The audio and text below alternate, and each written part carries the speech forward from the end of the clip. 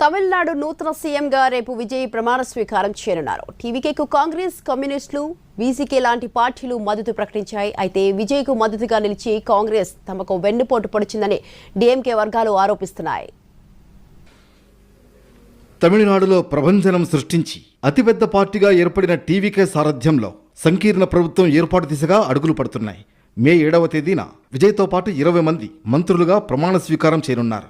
దళితులు, మైనార్టీలు, క్రిస్టియన్లతో పాటు అగ్రకులాలకు కేబినెట్లో అవకాశం ఇవ్వాలని విజయ్ నిర్ణయించినట్లు తెలుస్తోంది. టీవీకే ఎల్పీ సమావేశంలో విజయ్ను శాసనసభాపక్ష నేతగా ఏకగ్రీవంగా ఎన్నుకున్నారు. అనంతరం విజయ్ గవర్నర్ రాజేంద్ర అర్లేకర్ను స్వయంగా కలిసి ప్రభుత్వ ఏర్పాటుకు అవకాశం కోరుతూ లేఖ అందించారు. 2 వారాల సమయంలో సభ విశ్వాసం పొందుతామని తెలిపారు.